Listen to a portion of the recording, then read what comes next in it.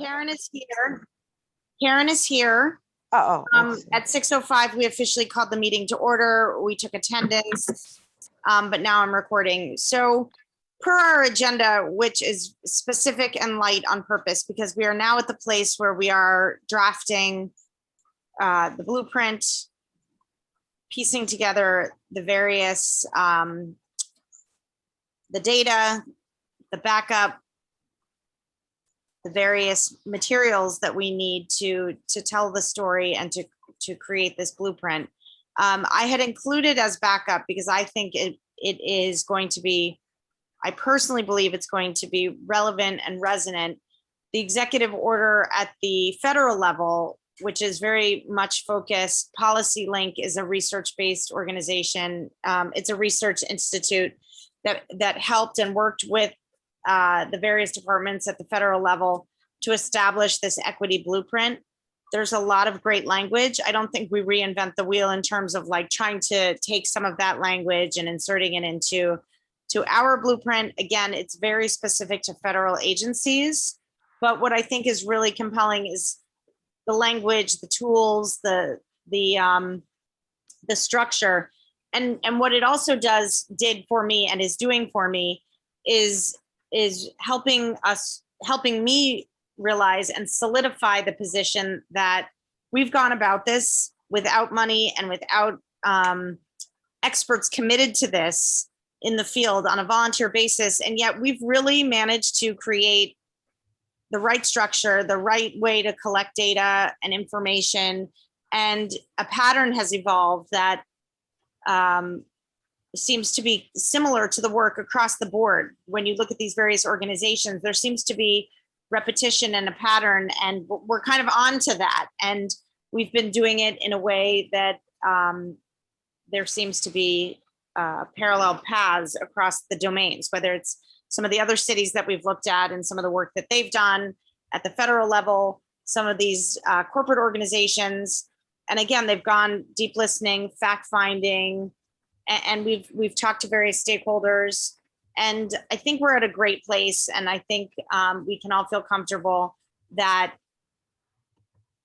we're going to be ready when we are to present this blueprint, because we are at a place where we've done this work to the best of our ability, given the resources and the tools at our disposal. And I think it will be great to collect some of these resources and use it as backup material to what we ultimately turn in.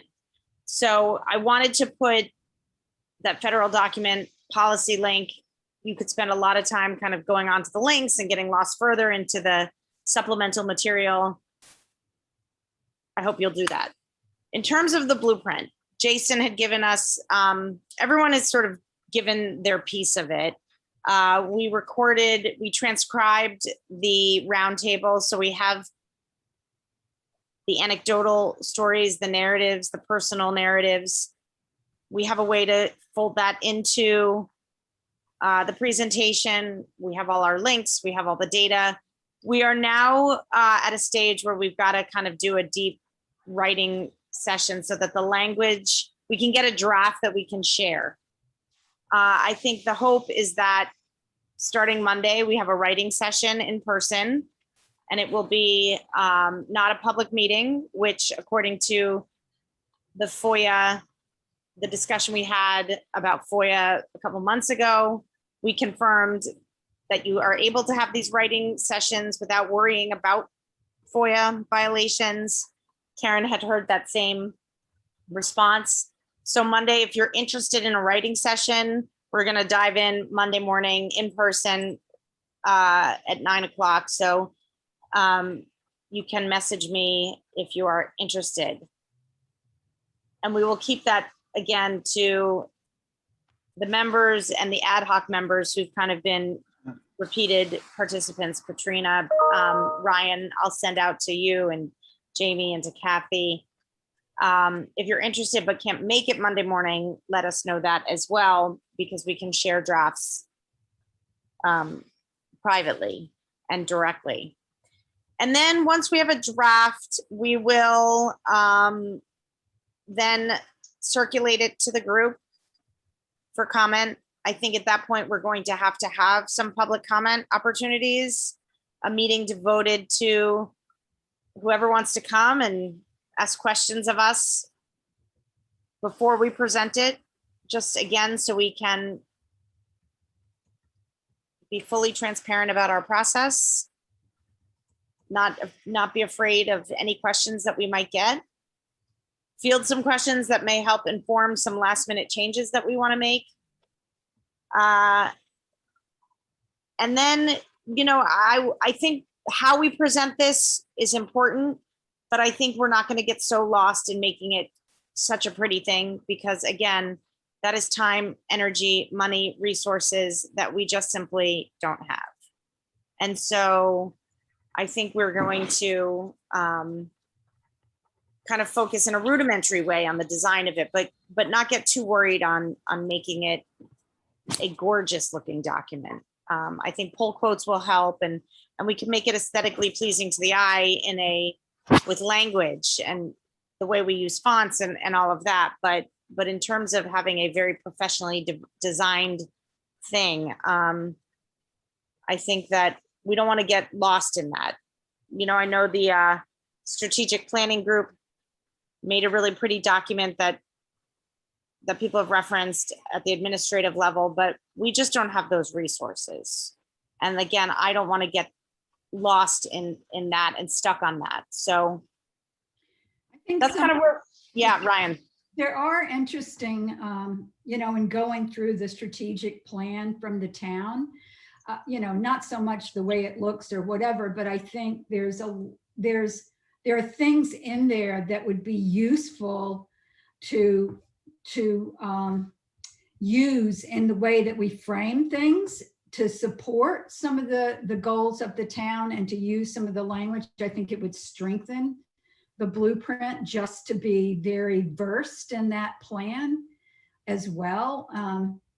So, and even some of the structure too, you know, without just thinking of it pretty, just in terms of like the flow of something, you know, I think there's something to be learned, especially since they just went through that process. And maybe I know Brenda had mentioned also, oh yeah, you know, something that looks like that, but it looks like that for a reason. That's a very common way of putting together a plan. So it's not like something that was invented for them. So yeah, and you know, making a template, and again, something that's aesthetically pleasing, certainly we can do that. I just, you know, when you look at some of these, again, at the federal level, or some of what the cities have done, they're very designed and very, there's a real focus on that. And again, I think we can present something that looks good and reads easily, but I don't want to get so lost in that, because I think it will slow us down, and we don't have the resources. I'm not talking about the way it looks. I'm talking about what it says. Yeah, and I agree. And we'll do that as part of the writing session, kind of compare where we're at, and when we share the drafts, if there's something that you think is missing from that, based on, you know, that we should be pulling, you know, make sure you let us know that. Yeah, I did have a conversation with Gina about some of the things that I had pulled out, you know, just some of the themes that seem to resonate from the strategic plan. And so, you know, I can put that together and, you know, throw it out there anyway and see if it fits somewhere. But anyway, that's it. So what is everyone thinking? I mean, this is sort of our charge and marching order. So I wanted to have the opportunity, I wanted to give everyone the opportunity here to comment or have a chat about that, but that's kind of where we're at. Monday, I'm really busy at work next week, so I wouldn't be able to participate. This is Katrina. Okay. Well, we can, as I said, we can share. And okay. So if you can share something with me, yes. And we will be sharing out. So at a point after we have that session, hi, Gina. We're really just at the point where I was saying that we're now at the point where we're going to have a writing session on Monday, that we don't have to worry about FOIA, because this is a draft stage. We will then have the opportunity to share it with the group and then share with the larger public. And I think at that point, we'll have a meeting devoted to comments on it before we officially present, just so that no one can accuse us of not taking in the comments and the concerns and the questions, and it will either inform and solidify what we are going to present or cause us to say, okay, we hadn't thought about that and consider it. But really, we are now at the point where we are in draft phase.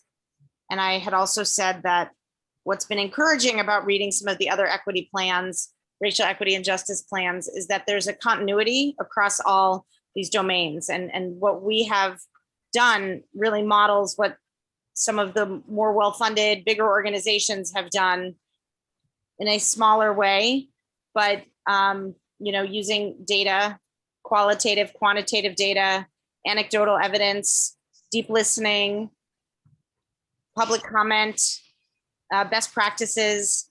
So we're really now, I think, at a great place to finalize and the finish line. This is in some ways the hardest part. And we don't want to let perfect get in the way of good. So we're at a good spot. And now we have to just finalize some of that writing and get it to draft form that we can share and so on. Monday is the beginning of that process, but really looking to move this right along. I had a quick question. Yeah. This is Steve. Hi, everybody. Did we ask for professional help? And did they say, no, you can't have any money to hire an outside consultant?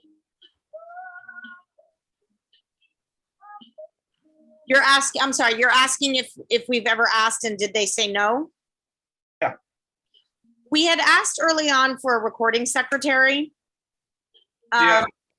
And that was denied. And then I think we felt, and my memory is remembering it this way, but correct me if I'm wrong. I think as a group, we felt like we were going to give the blueprint and the money subsequently would go towards a longer term, more permanent task force that we weren't sure what the money at this stage was going to do except delay the recommendations, which ultimately, at the end of the day, the main takeaway is someone needs to be hired to make sure that equity and inclusion is part of our staffing and the ongoing budget. I don't know, you all may have a different understanding or recollection of what we discussed. I kind of remember it that way too. Yeah. Yeah, I mean, the reason, this is Steve still, the reason obviously I made the point is it's an easy way to figure out the town's commitment to a task force.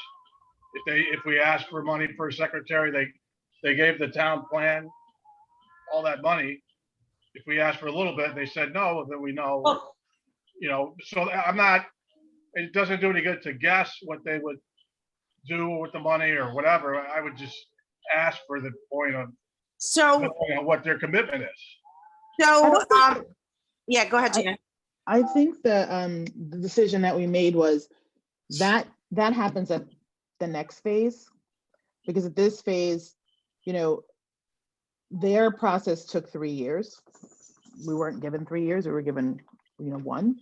So I think the thinking behind it is when the blueprint is presented, there's a budget, there's a section that's about budget, about figuring that out. And so at that point, that'll become part of the Board of Selectmen's decision-making process going forward. I think asking for money to make a point at this stage of the game. So to get help, we need help. I mean, it would be helpful to have a professional person come in and organize this blueprint.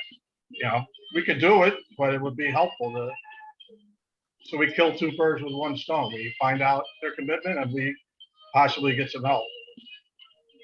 I just don't know that putting the funding into this group, because we would be, in my estimation, it's like double dipping, right? Because there are aspects of the blueprint that have to be funded. Without funding, they can't go forward. And so, you know, the question is, do we think that it's important enough to go back to the well? I thought our decision was that we were going to work with what we had within the frames of what we had, because we weren't offered any money from the beginning. We're going to give them, you know, in talking to the strategic plan about what they did before they had it consulted, I think that we've accomplished everything that they accomplished in that process. And so it's almost like looking at, if we look at the strategic plan, like they had their phases, they had their phase where they worked by themselves, and then they worked with a consultant to kind of, to make the plan more, to make a formal plan. I think that's what we're thinking, that this blueprint, you know, we're at the point where we're going to present it. It has some funding that's necessary because we're asking them to hire a professional. At that point, they would turn the blueprint into a plan. And so it was about really funding the plan. It's Karen, guys. I can't, I'm driving on 95, so it's kind of rough for me to raise my hand, but can I say something? Am I good? Good, you're Maybe. good. Oh, Yeah. okay, good. So yeah, this is Karen Lynch. My gut on all of this is that, and I feel like we did talk about this once, but I don't want to take money to make a document look pretty at this point. At this point, I want all of the money that we could possibly get to go to the recommendations at this point, or to go, like, I just don't want to take line item of a budget for admin goals, because that's not a good use of, to me, proper stewardship of funds that our town has to put to other resources at this point. We're really close to, you know, at worst, a Word document, at best, something that we maybe find a pretty template for. And I feel like, quite frankly, we volunteered to do some work on this committee. And I mean, if you think about how many hours we all put in the last, 2 months, probably not a lot. So we can do the lifting at this point and be better stewards of the town's money, because we want all the money that we can get to go to the next step, in my opinion. I just don't think we need to ask at this stage of the game. I think we just need to get through it.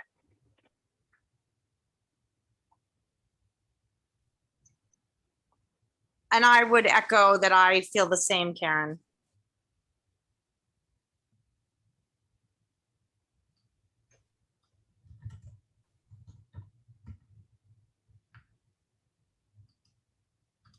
So where does that leave us? In terms of what we want to accomplish on this call today, and moving. Hey, can I ask Yeah, Doug, go ahead. Just a sort of a process question on, so we're going to do the writing session, edit this thing into a, reasonable format and so forth. And then we have, X recommendations, well supported and resourced and stuff. But do we have consensus on the task force about those recommendations, or what's the process going to be once we've edited this thing to actually, even within the task force, prior to opening it up to the community, for us to hash out whether this is what we want to, are there any items that are sort of controversial, or that we'll have to actually have a intra-group discussion about? Yeah, because we're draft form, and Karen, my understanding is that we can circulate internally amongst the group as a draft working document. I do think that there has to be a discussion in the light of day, open to talk about, once we get it to a form, to talk about where we openly agree and disagree. This is going to be by consent, by majority vote.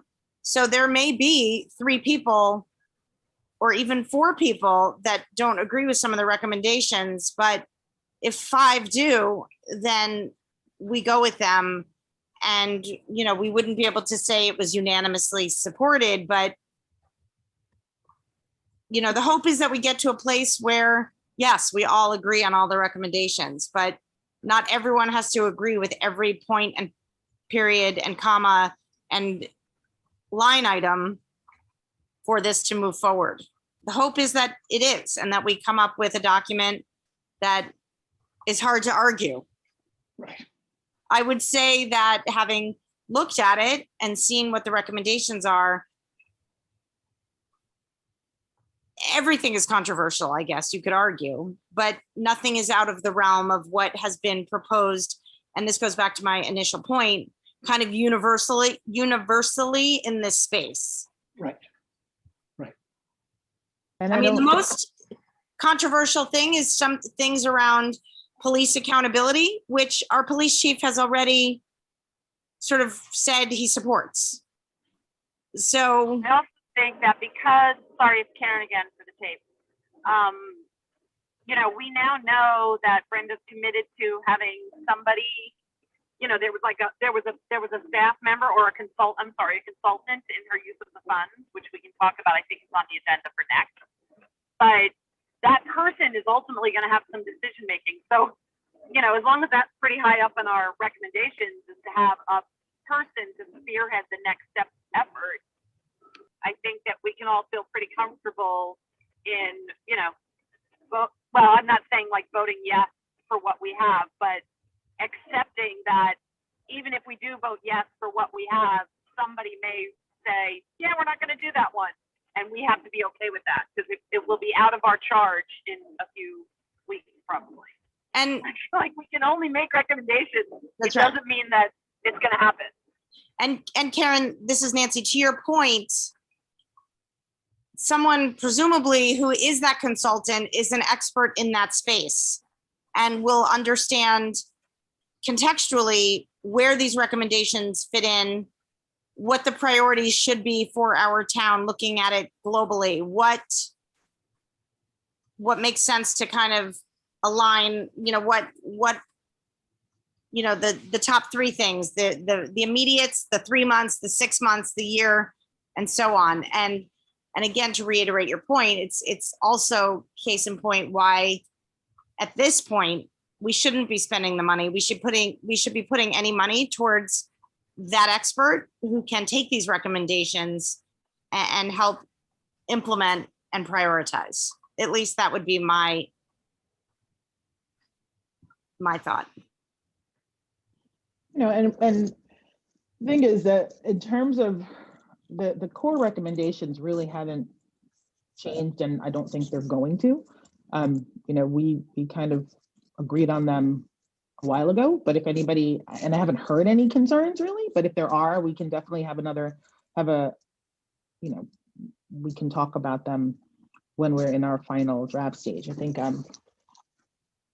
that's the changes that we're making now are really more about the persuasive stuff, you know, incorporating a lot of the research that people have done into their sections and adding it in. So nothing has really changed. And I don't even think we've made any recommendations outside of what CCM says best practice.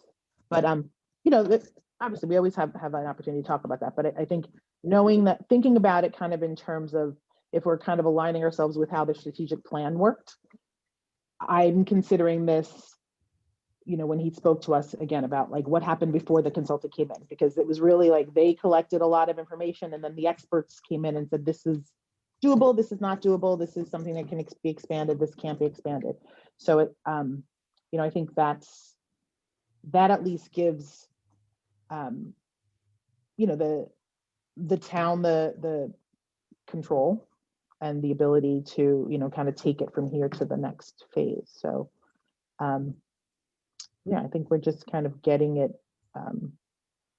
It's really just a matter about like getting into a place that feels like people can consume it. But I don't think there's any major structural changes upcoming.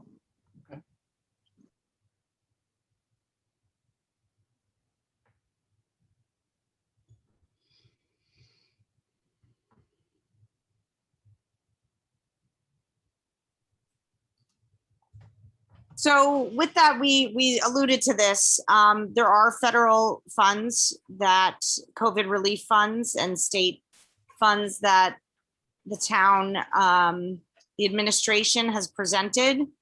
We have another, I think, month before it starts going through the formal process. As was suggested, I think 75,000 was the recommended fee for a consultant, and that was what was also standard, I think, for a sustainability consultant. That seems a low amount of money, given the amount of money that's in that pool and where it was being. I listened in on that meeting and took notes on where everything was going and looked at the document, and I thought it seemed very not grounded in anything very concrete in terms of saying an amount. And even when who was it? Maybe it was my daughter that asked Brenda, like, where did that amount come from? And it was like, okay, that's like a standard amount for a consultant. What does that even mean? That's like a standard amount for a consultant to do what, for what, and how long, and what? And basically the way that she described it, that 75,000 was for a consultant to look at the blueprint. So it wasn't even like to fund a position, to set up it wasn't any of those kinds of concrete things to move it forward. It was for another consultant to take the plan and massage the plan. I mean, I don't know what I thought it was very unclear. It certainly was a temporary, very time limited sort of. Yeah. And I think, and Gina had forwarded the language exactly of what these funds are supposed to be used for. And these are the questions that I have, and I hope I'll have the opportunity at the Board of Selectmen table. But they're really supposed to infuse, it's a substantial infusion to help municipalities respond to pandemic-based needs, rebuilding a stronger and more equitable economy as the country recovers. Recipients may use the funds to support public health expenses, medical expenses, behavioral health care, public health and safety, economic impact, health emergencies, replace lost public sector revenue, and so on. My concern is, to your point, this is kind of a one-time infusion. It's not a long-term commitment. I don't know that while it's good to use some of these funds in this way, it's not a long-term solution. So $75,000 is just, it's a blip. Where's the longer term commitment? And I don't know that this is the appropriate forum for it. Again, some funds are fine, but what is it going to do exactly? And that's the challenge. To do it outside of the budget process just doesn't feel like there is that long-term commitment to a staff position. Yeah. When you look at what some of the staff members are making. The other thing that I'm a little confused about, and I think I said this to you, Nancy, is like, I've been getting just through my other work, so these funds that are going out all over the country, a lot of different offices are kind of saying, this is how your municipality can use these funds, and so there's been people from housing, people from education, and they're all kind of talking about how these funds can be allocated. And so there's still some question in my mind as to what are the parameters that are supposed to be covered with these funds. Why is it such a small amount of money in comparison? It's less than 1%, it's 0.03% of what they're getting. Why is it such a small amount? And how is that decision made? What is the guidance for how those funds are supposed to be used? So that's one aspect of it, right? Because I think, some of the reading that I've done, and this is where it's kind of outside of what we do, is that, I've been reading how other places are using the funds and how they are really, using it to target inequality caused by the pandemic, and specifically looking at, where are the points that that you can help restore communities. And so I am a little unsure about that. I haven't been paying enough attention because I've been out of town, but I am curious to find out why it's that amount. Yeah, and when you listen to like everything else that is being proposed, I mean, it's not set yet, but it's all things, it was just like you went around to the departments and said, what's your wish, what's Yeah. coming next on your agenda? Fire department, oh, we want to renovate this. Police department, we want tasers and cameras and this kind of thing, it was also, if you like ever listened to the town stuff or have been around for any length of time, the Rooster River. I mean, it was like it was the wish list for the town of things to get to, fix the fill pile. And all of those are important. They're important things, but it just, for me, it didn't resonate completely with the spirit of that money as it's described. And Right. certainly if some of it, not to say that it can't be used like that and that you could make justifications for any of that kind of stuff, but it certainly didn't show a lot of vision in terms of really changing the face of things in a different way. And I think it's an opportunity if the task force could come together with some vision and a budget. I think it's a time that there could actually come money to fund some of the things moving forward, some of the things that are on the recommendation, including, even if it was, to initially fund a position, get the person in, see how it works, and then roll it into the budget, going forward. Well, it is Doug again. It highlights, like, if they went around to the department heads and said, what do you want? And that's sort of the first, dozen items on the list, but we don't have a department head or an equivalent position for this issue. Exactly. Sort of the issue. So we've got to get that present. Kind of made up the seat at the table. 75,000 for us. Yeah. Yeah. And, for me, it was really like, in thinking about sort of how these funds are supposed to be allocated to kind of make up for economic impact.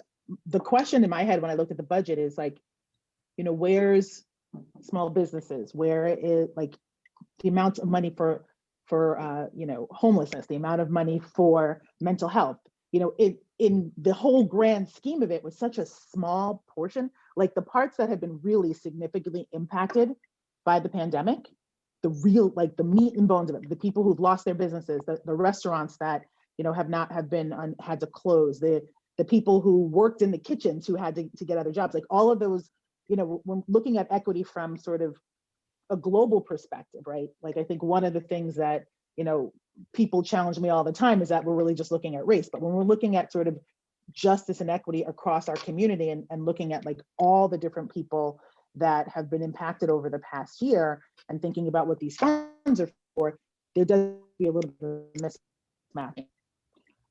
So I just need to do a little bit more. And if anybody has anything about these funds or that they, that they've come across that can be like a good resource, I'd be, happy I'd love to take a look at it, because that's where I think, when we're looking at, making the town equitable, there are lots of people who are struggling right now. And this money is supposed to help them. So I don't know, in thinking about how we use, how it could be used for the task force, but also like, going forward and for the town as a whole, I think it's something to really think about too. It's Karen again. What are our next steps for maybe advocating for that? Like, what's the process from this point forward to try to get that number bumped up? Or Nancy, or is it a done deal? Like, this is how we're using the funds, and thank you very much. I just don't know the process. It's not a done deal at all. No, it's not a done deal at all. And it is my hope that there is public discussion or opportunity for comment, that it will be brought before the Board of Selectmen and then the Board of Finance and the RTM. So there will be opportunity. It's my hope that it happens sooner than later, because we don't have to, we have about a month before I think she will make, the administration will make an official recommendation. So I hope that it's just put on as as an item for discussion at the Board of Selectmen table so that it does give us all an opportunity and a real clear channel. Otherwise, you're always free as citizens to reach out. And again, it will have to come officially before these bodies for approval and for a vote, but it is my hope that it's put on as a discussion item prior to that, so that Can the task force come up with a recommendation though that could be advocated for? I'm wondering Any if reason there not to are, do that?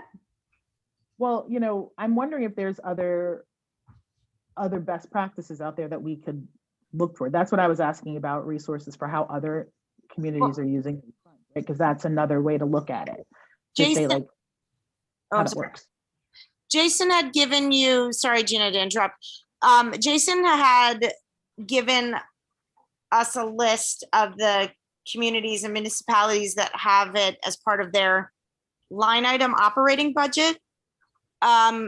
It's going to be a very different ask to find out how and if communities are using these federal relief funds or these state and local relief funds to fund equity work and inclusion work. I just don't know that that would be available. Someone would have to sift through town meeting minutes. Yeah. Yeah, nobody's decided yet. They're in the That's same, exactly right. in the same process. If you heard of a town that was using it for that, somebody could call them up and say, and particularly if it was the same size town and, Yeah.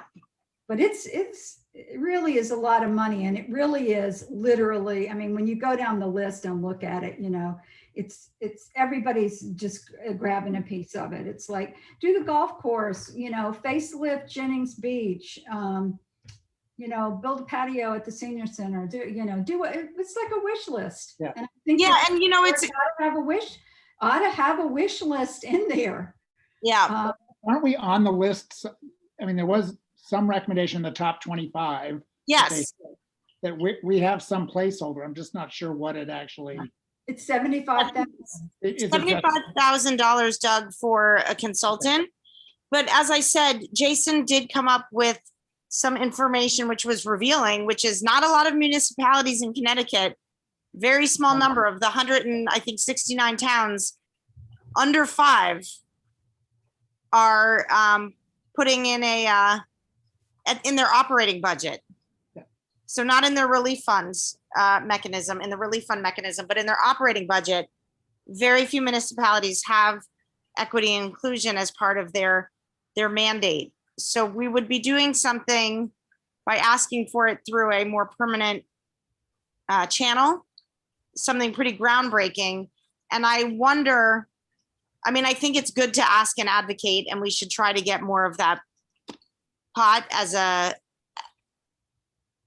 task force, if that's what we agree on for these relief funds.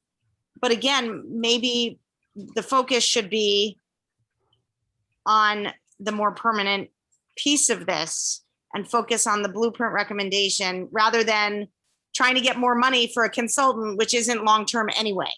Oh, I mean, one of the recommendations is to put that position in there. Why not fund that position? Because it also takes it off the table. When they say, oh, we don't have it in the budget. Well, we have money for 2 years to fund that position if it comes through the relief fund. And also the way that we're positioning the blueprint has everything to do with public health.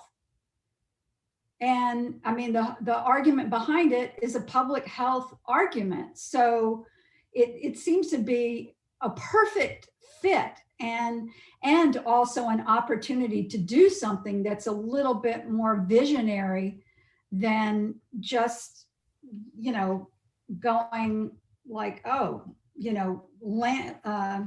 we just had a windfall here, and let's just clean up all these loose ends of things around town that everybody's been wanting forever and needing.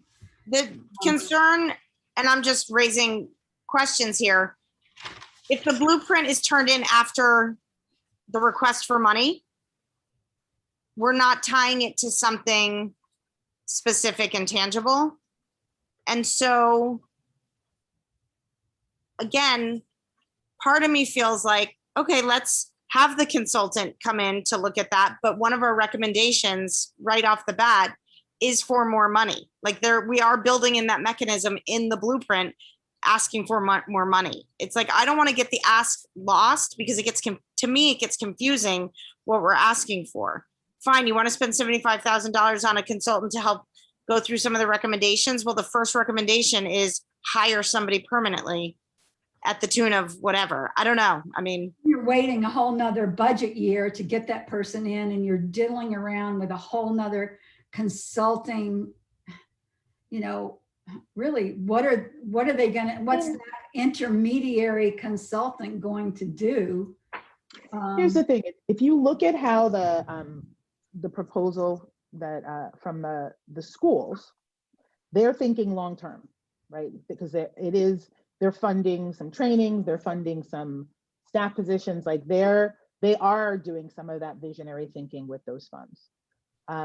And so there is precedent like right here in town for it, because that's what, that's what that budget proposes, right? It isn't like, let's put a new roof on the middle school. How much was how much was theirs? What was Um, their ask? I'm looking back in my notes and I don't see that. A big chunk. Nancy and Gina, it's in our text thread, I think.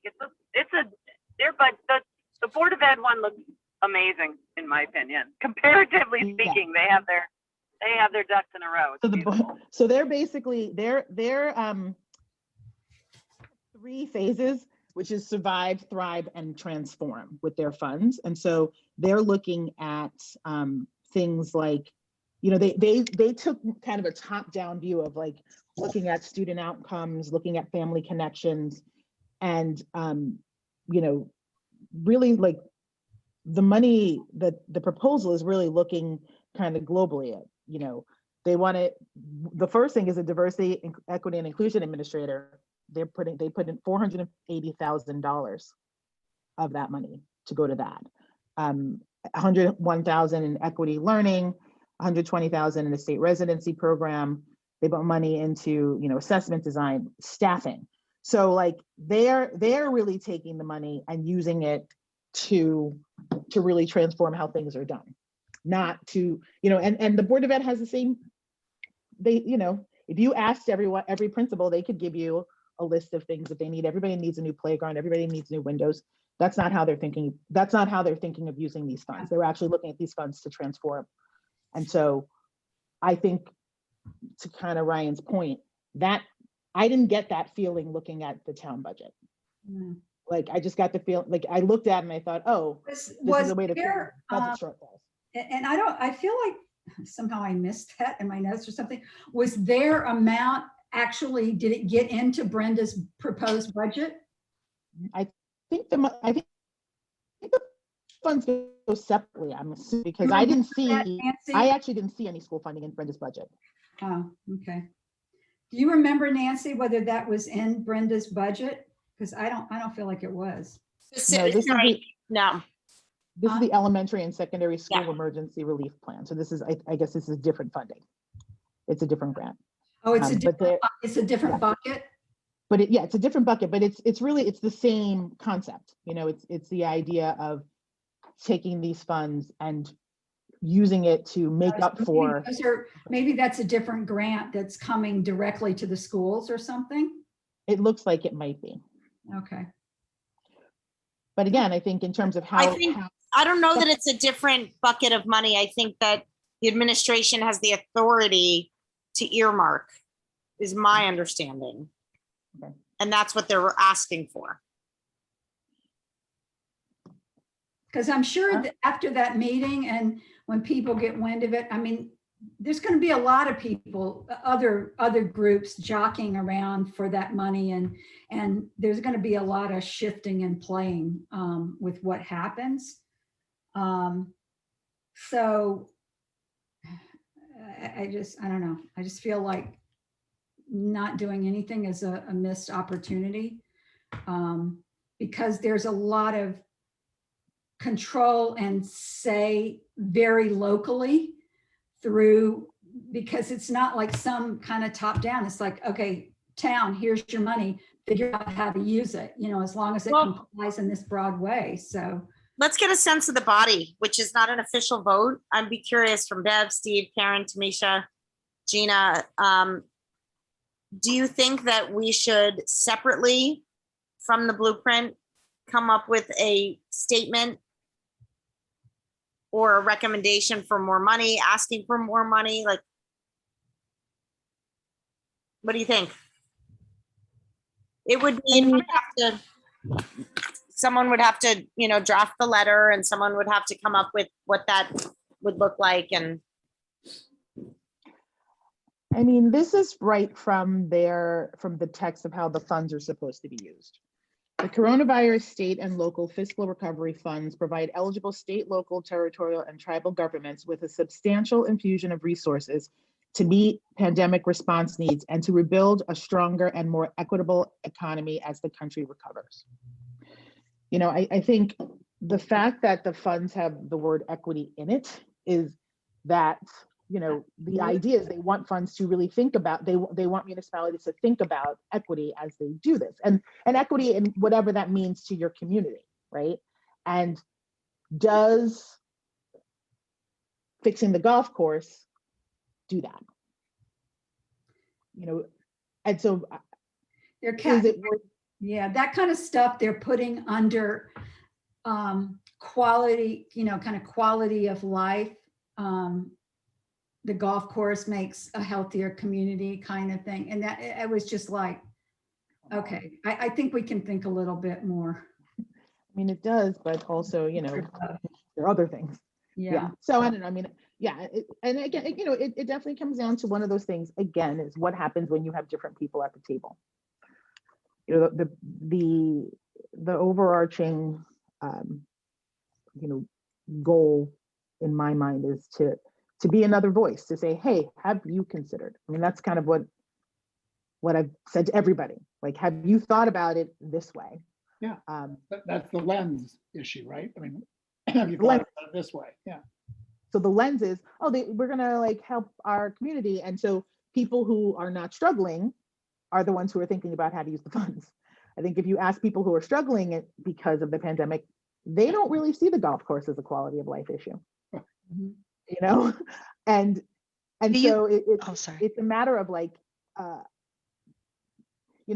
a permanent body is the one that raises the hand and say, hey, by the way, have you considered this? Here's another way that some other people are considering this. You don't have to listen. It's just another voice at the table. Is it possible for us to bring this to Brenda's attention prior to us, formatting a letter? Can we just get a consensus of where their thoughts are around our decisions right now? I mean, it wouldn't hurt to just say, hey, Brenda, these are our concerns. These are our thoughts. This is what we think haven't been considered. And, we want to get your take on it. How can we address this so that there's some kind of consideration?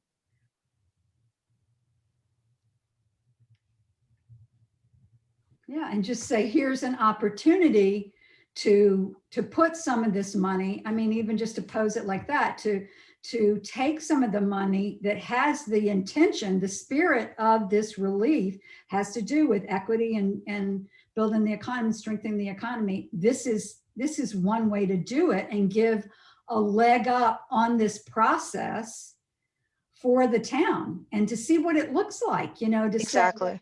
say, I guess good. And you would have, we know that this is going to be a number one recommendation, this position and some support for that. We know that's going to be a number one. So this would be an opportunity to have that funded for a couple of years, see how it goes, see what else is needed, and allow it to get in the pipeline to be funded in those years after, because getting something into the budget is not overnight. That can take, at least a full year. So where these are going to come pretty quickly.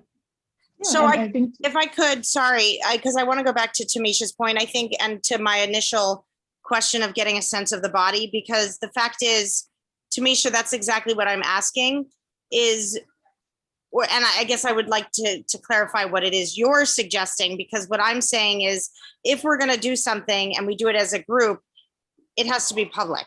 So the opportunity is, do we make a formal sort of request as a task force? Or are you suggesting, Tamisha, more kind of quietly having one or two members say, hey, this is what we're thinking? So I think it's two different discussions, and I just want to make sure we're discussing the same thing.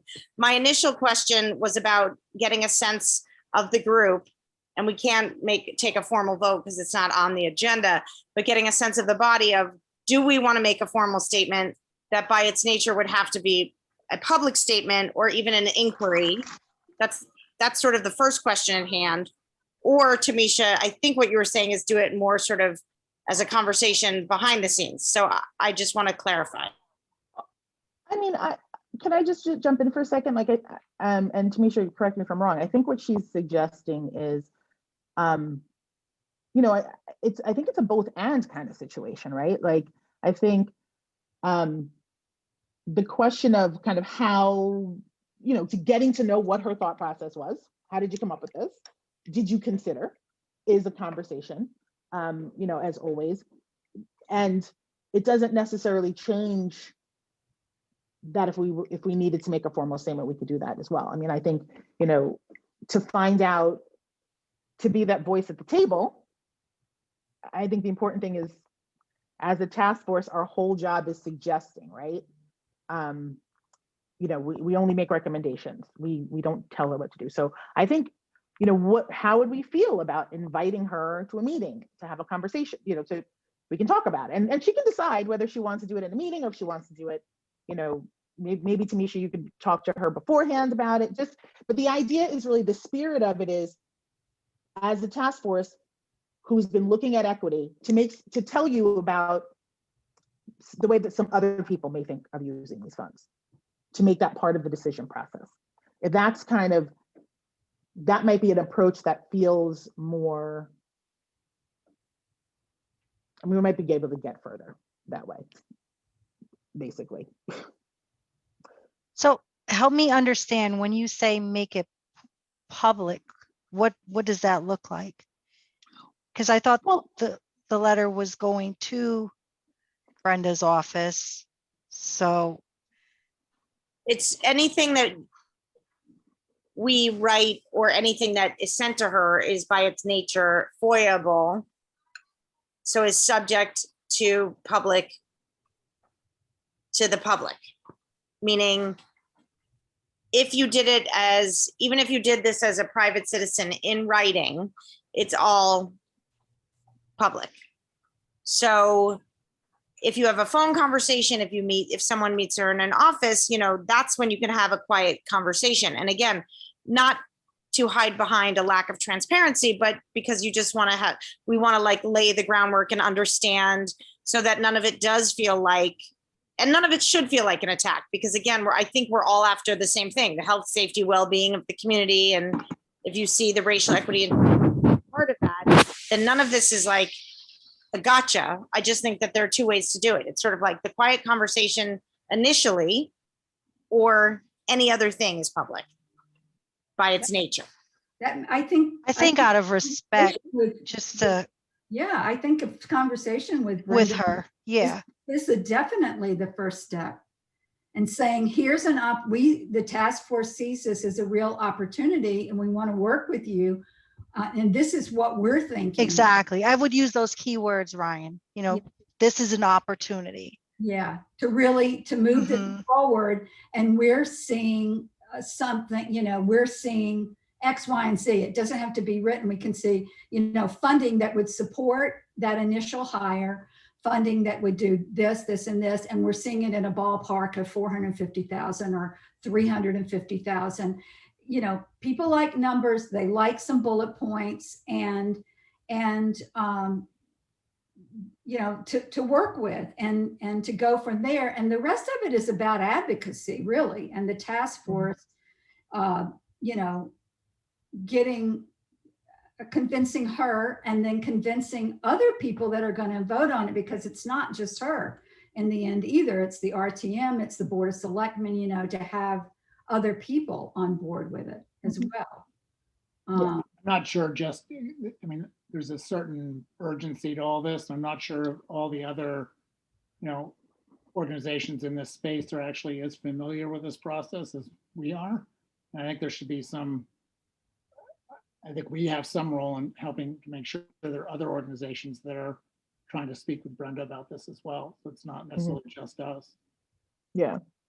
But But I it's think, also- if I could, Doug, I see this as our role as a task force to educate the larger town population. I mean, I think that the administration is doing whatever job it needs to do to tell people how to advocate and again, this is why I hope it goes on the Board of Selectmen agenda as a discussion item, because I think that is an opportunity for other organizations. If we are wanting, and Gina, I'm sorry if you want to jump in on that, and then I want to go back to like, again, next steps, like, okay, so if we all agree that a quiet conversation, which again, all for it, you know, who's going to do that? And maybe it's good if two people approach that conversation. And then what is like a next more public step look like? If we aren't on the Board of Selectmen, if these funds are not on the Board of Selectmen agenda, like, do we invite Brenda to one of our next meetings? So I just, again, in the interest of like knowing that time is of the essence here. I think a conversation and then a meeting invite is the best way to handle it, because I think, you know, to give her the opportunity to think about it, you know, to come to the meeting prepared for like the conversation and to think about, you know, how other ways that you know, this can be interpreted, and to kind of present it to her as, hey, we're presenting this to you as just another voice with a different perspective, and we're asking you to put that into To consider to consider that, you know, and I think, like, you know, my example is kind of the clearest thing, right? Like, quality of life looks different for different people, and are you addressing quality of life for people for everybody? Who have you missed in this? And You know, just having one consultant, that, like, are there people that are being missed in how these funds are being used? so with that, are there, and again, I think two voices in the room and two sets of ears are good. Does anyone want to take that on?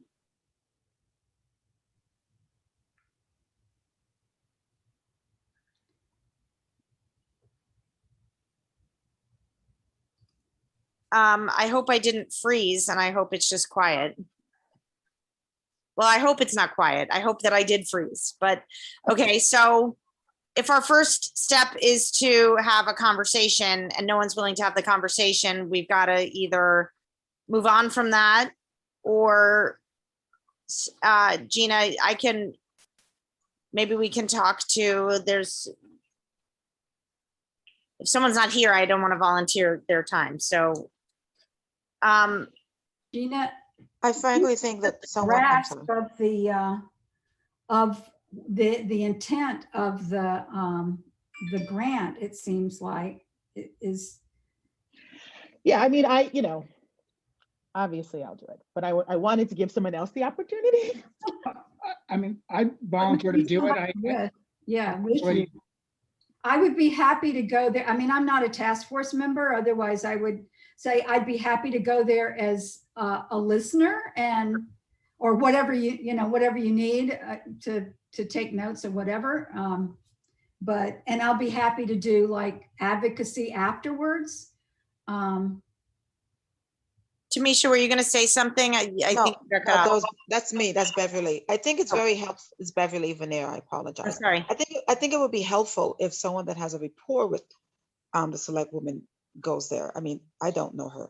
I believe you know her, Nancy. If you have a relationship with her, I think that's helpful for you to have I'm in a trickier formal position. relationship. Okay. Sorry, Bev, because I'm a select woman, I think I'm not the right person, because you get a vote.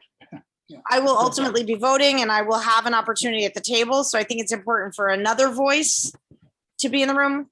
I'm always happy to have a conversation, but then what becomes harder is if Brenda and I talk, there are certain rules that we can't talk to each other because there's only 3 people in this executive body at the Board of Selectmen, and then it's considered a meeting. So we actually are precluded from being able to have private conversations because of FOIA.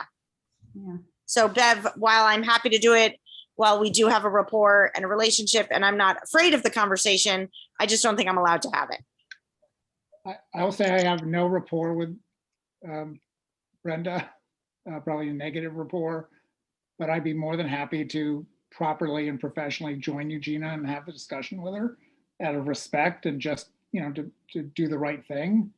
But I also personally feel we should be very strong in what we ask for, along the lines of what Ryan outlined a couple minutes ago. That's my. I think, Doug, you would have a great background from the health, because I know you and I have discussed a lot in terms of the plan, the whole, public health rationale, and, with the materials that are there to kind of back that up in the discussion too, and then tie it into this grant. I think it's just a strong case. And to be clear, Doug, this is a sense of the body. We didn't take a formal vote. So it's really, as Tamisha and Gina were saying, it's like, and Ryan, like courtesy of like, this is the thinking, this was the discussion. This was, so that it gives her a sense so that the next time, if we do vote to officially ask for more money, it's not a surprise. It's not. Yeah. So the recording guys, I agree. That's what I'm saying. So. Tamisha, would you join us? Because I think that you and Brenda have a great rapport, and I think you also understand the town politics better than I do, because of your role on the RTM, and maybe you have like a little bit of a better sense about kind of how budgeting stuff works, because that's not really my area of expertise. When were you guys planning on? We can Would it work be a around. week? We can work around you whenever you're available. My I'm days available. are like hectic, like really tight. So evenings work better for me. Okay. And I was actually thinking we can probably have a Zoom call with Brenda. Sure. That sounds great. Yeah, that would be. Yeah. So let's talk offline. You tell me like what days you're available, and then I will draft an email around your availability. Okay. Hello? You got home okay? Sounds good. There's some mess out there. All right, that's great. And I think, Gina, as part of that, if you want to, I'm trying to help mine. Katrina, you're not muted. Oh, I'm trying to help. all right, I just muted her because I think she didn't do that on purpose, not to be rude. So Katrina, if you're listening and you want to talk, just raise your hand. Because I muted you. So I think great. Sorry. Out of that conversation, if you want to then invite Brenda for a to the next meeting, and I will look that up as we are talking. I think it's August 10th. Okay. Yes, August 10th. And then Is that soon enough? I mean, yes, in the sense of we have to give her time. It's really a week and a half, 2 weeks. And the fact is the funds aren't, we still have time because the funds haven't even, they still have to go through the 3 bodies, there's a month. So I just don't know that logistically we could get it together any sooner.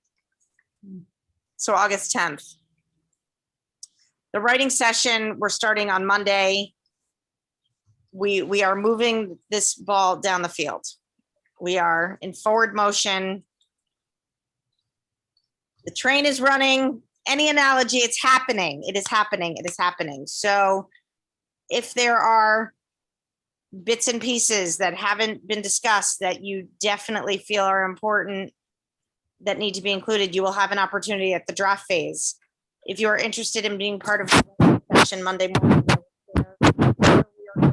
offline, please reach out to me. This is going to be a private session by invitation. The invitation is to this group, but FOIA that is allowed because it is a draft. We are in a draft phase, which we will then share publicly and have opportunity for public comment. So I'm saying that for the edification of the public, anyone that goes back and listens to this. Any questions, concerns, next step about the next steps, which is Doug, Gina, and Tamisha will have a quiet conversation with Brenda, a Zoom call. We will invite the first select woman to our next regular meeting to talk about some of our questions, concerns, make comments about the funding and the importance of committing monies longer term to this and more than the proposed 75,000, offering a perspective on that. If other people feel otherwise, Dan, you have a question. Dan, just identify yourself and go ahead.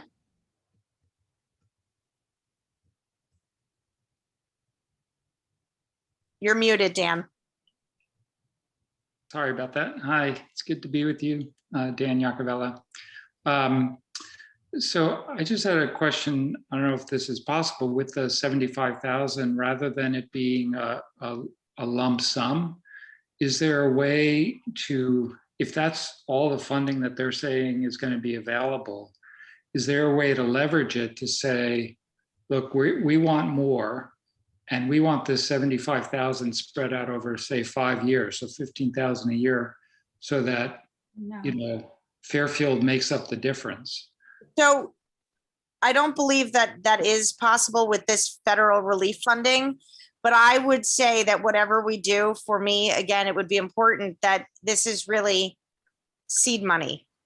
This is like the beginning gesture, and that I think we have to, I personally want to make it clear that whether it's 75,000 or whatever that number winds up being, that it is the shortest term commitment, because there has to be a longer term commitment. There has to be a promise of operating budget, longer term commitment. Otherwise, it really is lip service. If it's a one-time payout of whatever that number is, it doesn't get us where we need to be, but it can't be spread out over time. Okay, well, if it can't be spread out, I understand. Yeah, I was just suggesting it as a way that does kind of, in a way, commit the town to funding over a longer period of time, right? If you're saying we want to spread this federal money out over 5 years, but you have to make up the difference, they don't have to spend as much money. But if it can't be done, then it can't be Well, done. Gina and Doug and Tamisha should clarify the mechanism for it, because, and I, again, even though I'm saying this publicly, don't quote me on it, because it's my understanding that this is like. I agree. I Agree. agree with that. All the relief fund stuff that I've seen come through is 2 years. It's Yeah. It can be 2 years though. 2 years. Yeah. 2 years.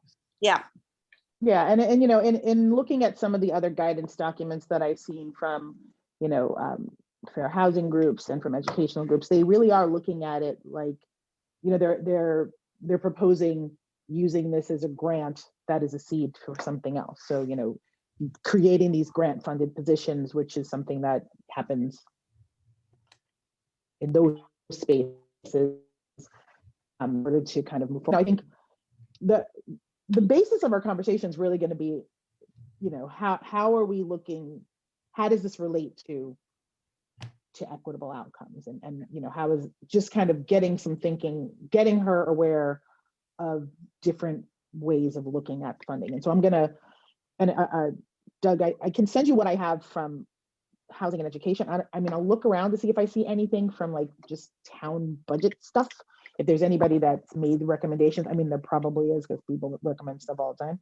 There's a lot of stuff kind of going on around about these funds. I'm just not in that space to know it enough. So part of it for me is really going to be also asking, you know, how she understands the funds are to be used, and how does that work, you know? and And rationale, and again, great opportunity quietly, and then I do hope that we will have the public opportunity to hear those responses. So Yeah, and you know, hopefully, because we'll have had the conversation beforehand, then we can kind of facilitate the conversation in, you know, at the next meeting. and I also think it will give us a good sense of what may be in store for us in the longer term in terms of presenting the blueprint. And Doug, I see you nodding. So I think we're at a great point to check in anyway with the administration.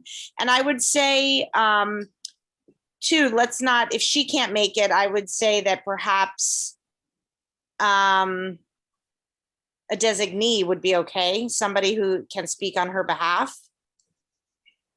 So let's not let that get in the way either. Some representation of the administration, I think, would be really fine. Mm. So. Yep. Any other? I'm sorry, it's Bev- Beverly Vanier again. I'm not quite sure if a representation or representative is sufficient, because I find that when we have those, they generally just cop out and say, well, I can't speak for that person, or I'm not able to speak on that person's behalf regarding this particular subject, or I have to check back with her, and it's just a back and forth. I think since it's Zoom, we can find a conducive time that she's available, Yeah. or, you know, you work around her schedule, but I'm not, listen, that's just my opinion. Obviously, everyone just has their own regarding that subject. I just don't find, generally speaking, that having a representative is helpful. I think for the meeting with the conversation with Tamisha, Gina, and Doug, I agree. It has to be, and you can work around her schedule. But what I'm suggesting is that at our regular meeting where we are inviting the administration, where it is public, it gives us a chance to kind of publicly say on the record, ask the questions on the record. And I would be personally comfortable understanding what you're saying, but would be at our regular scheduled task force meeting rather than, could we create a special meeting and invite people? Absolutely. But I think if we're going to work within the existing structure of our meeting schedule, inviting her, and short of her being able to make it, then a designee would be fine for me. But I do understand the points you're making. But certainly with Gina, Doug, and Tamisha, finding a time where the three of them can connect with her directly would be important. And I think that won't be a problem given it's a Zoom call, and that's just my thinking.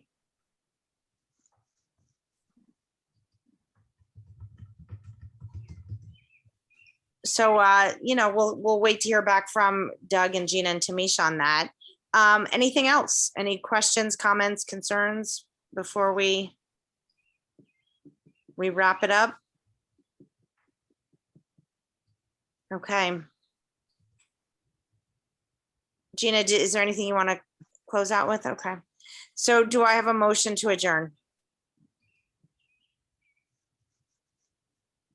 You just want to stick with us, you guys. Gina is going Yes. to move. Is there a second? Yes, Beverly, yes. Beverly Vanier with the second. All in favor? Any opposition to that great idea? All right. Thank you all. Bye. Bye, everybody.